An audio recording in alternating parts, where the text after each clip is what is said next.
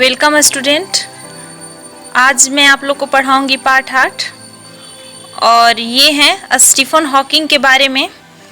इनके बारे में आप लोग जानिए, ये कौन थे, क्या थे, किस तरह इन्होंने अपने जीवन में अपने लक्ष्य को पाया।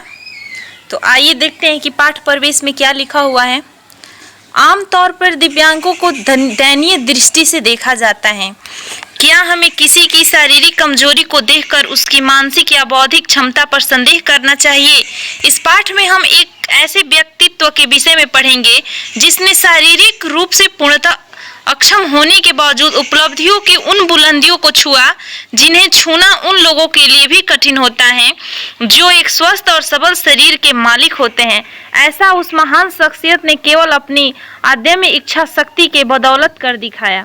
क्या आप किसी ऐसे व्यक्ति की कल्पना विश्व के महानतम वैज्ञानिक के रूप में कर सकते हैं जो न केवल चलने फिरने में अक्षम हो बल्कि इतना अक्षम हो कि मस्तिष्क को छोड़कर उसके शरीर का प्रत्येक अंग शिथिल या यूं कहे कि निर्जीव हो चुका हो? वह एक भी शब्द बोल नहीं सकता हो लेकिन लंबे लंबे व्याख्यान देता हो। आप शायद इस बात पर विश्वास नहीं कर पाएंगे, लेकिन यूनिवर्सिटी ऑफ कैम्ब्रिज में गणित और सैद्धांतिक भौतिकी के प्रोफेसर स्टीफन विलियम हॉकिंग एक ऐसे ही विलक्षण व्यक्तित्व के स्वामी थे। उनकी गिनती आइंस्टीन के बाद सबसे बड़े भौतिक शास्त्रियों में होती है। उनकी बुद्धिमत्ता, दृढ़ प्रतिज्ञा के साथ उनकी जिज्ञासा और जीवन के प्रति उनके सकारात्मक दृष्टिकोण ने पूरी दुनिया के लोगों को प्रेरित किया। स्टीफन हॉकिंग ने अपने जीवन में यह साबित कर दिया कि यह व्यक्ति की इच्छा शक्ति मजबूत हो तो यदि व्यक्ति की इच्छा शक्ति मजबूत हो तो उसके लिए कुछ भी असंभव नहीं। स्टीफन हॉकिंग का जन्म 8 फरवरी 1942 को ऑक्सफोर्ड, इंग्लैंड में हुआ था। उनके पिता फ्रैंक हॉकिंग एक चिकित्सा अनुसंधान संस्थान में शोधकर्ता के रूप में कार्य करते थे और उनकी मां एक इसाबेल उसी संस्था में सचिव के रूप में कार्य करते थे। स्टीफन की प्रारंभिक शिक्षा सेंट अल्बान स्कूल में हुई। बचपन से ही स्टीफन अपने आसपास की चीजों को जानने और समझने के प्रति जिज्ञासु थे। कहा जाता है कि जब भी उन्हें कोई खराब रेडियो या घड़ी मिल जाती वे तुरंत उसे ठीक करने बैठ जाते। उनके पिता की इच्छा थी कि स्टीफन जीव विज्ञान की पढ़ाई करे, लेकिन उनकी रुचि गणित में थी। उनकी गणितीय रुचि इस बात से पता चलती है कि उन्होंने गणितीय समीकरणों को हल करने के लिए कुछ लोगों की मदद से पुराने इलेक्ट्रॉनिक उपकरणों को से कंप्यूटर ही बना डाला। प्रारंभिक शिक्षा समाप्त करने के बाद स्टीफन ने यूनिवर्सिटी कॉलेज ऑक्सफोर्ड में प्रवेश लिया और भौतिकी में प्रथम श्रेणी से स्नातक की परीक्षा उत्तीर्ण की। इसके बाद वे आगे की पढ़ाई के लिए कैम्ब्रिज चले गए। वहां उन्होंने ब्रह्मांड विज्ञान पर शोध प्रारंभ किया। जब स्टीफन शोध कार्य कर रहे थे उसी दौरान एक दिन सीढ़ियों से उतरते हुए बेहोश होकर गिर पड़े। उसके बाद उनका स्वास्थ्य खराब रहने लगा और उनके शरीर में कुछ विशेष बदलाव देखने को मिले। गंभीर जांच के बाद डॉक्टरों ने बताया कि उन्हें मोटर न्यूरॉन नामक एक लाइलाज बीमारी है।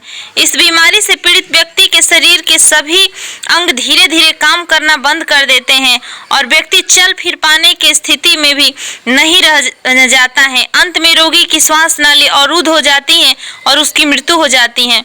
डॉक्टर ने स्टीफन के पिता को उस समय बताया था जब स्टीफन अब ज्यादा से ज्यादा 2 वर्ष तक जीवित रहेंगे। उस समय स्टीफन मात्र 21 वर्ष के थे, परंतु स्टीफन ने बीमारी के सामने घुटने नहीं टेके और अपने शोध कार्य में लगे रहे। इसी दौरान 14 जुलाई 1965 को ही जेन वाइल्ड नामक एक सुंदर महिला से उन्होंने शादी की। हालांकि तब तक हॉकिंग का पूरा दाहिना हिस्सा निर्जीव हो चुका था और वो स्टिक के सहारे ही चल फिर पाते थे। धीरे धीरे उनके सभी अंग नाकाम हो गए और वे व्हील चेयर पर आ गए, परंतु स्टीफन ने कभी भी बीमारी को अपने ऊपर हावी नहीं होने दिया। उन्होंने शारीरिक अक्षमता के बावजूद अपनी रिसर्च कार्य जारी रखा और ब्रह्मांड विज्ञान में PhD की उपाधि प्राप्त की। इसके बाद उन्होंने लंदन के गणितज्ञ रोजर नेल रोज के साथ मिलकर ब्लैक होल पर शोध कार्य प्रारंभ किया। हॉकिंग हॉकिंग को 32 साल की उम्र में रॉयल सोसाइटी का सदस्य चुना गया।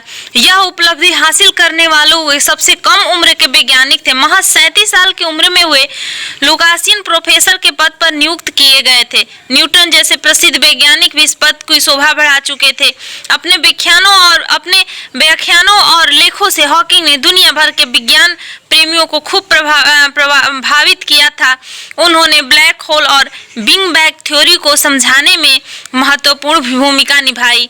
अपने एक व्याख्यान में उन्होंने बताया था कि हमारा ब्रह्मांड निरंतर वैसे ही फैलता जा रहा है जैसे किसी गुब्बारे पर 2 बिंदु बना दिए जाए और उसके बाद गुब्बारा जब फुलाया जाए तो वे बिंदु एक दूसरे से दूर होते जाएंगे परंतु रहेंगे गुब्बारे पर ही। यही बात ब्रह्मांड और ग्रहों पर भी लागू होती है। जहां एक और स्टीफन अपनी विलक्षण प्रतिभा और कड़े परिश्रम से दुनिया को नवीनतम जानकारी देते रहे, वहीं दूसरी ओर प्राकृतिक लगातार उनकी अपंगता बढ़ाती चल रही थी।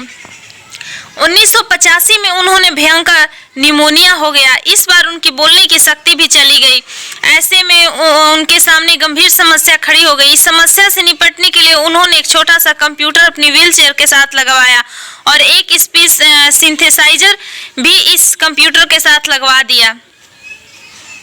अब उनके शरीर में केवल इतनी शक्ति थी कि वे कीबोर्ड के बटन दबाकर इधर उधर आते जाते थे और स्पीच सिंथेसाइजर की सहायता से लोगों के प्रश्नों के उत्तर देते थे। पूर्ण रूप से शारीरिक तौर पर अक्षम होने पर भी स्टीफन ने हार नहीं मानी। समय पर वे विदेश यात्राएं भी करते रहे। वे जहां भी जाते वहां बड़े बड़े वैज्ञानिक उनका व्याख्यान सुनते।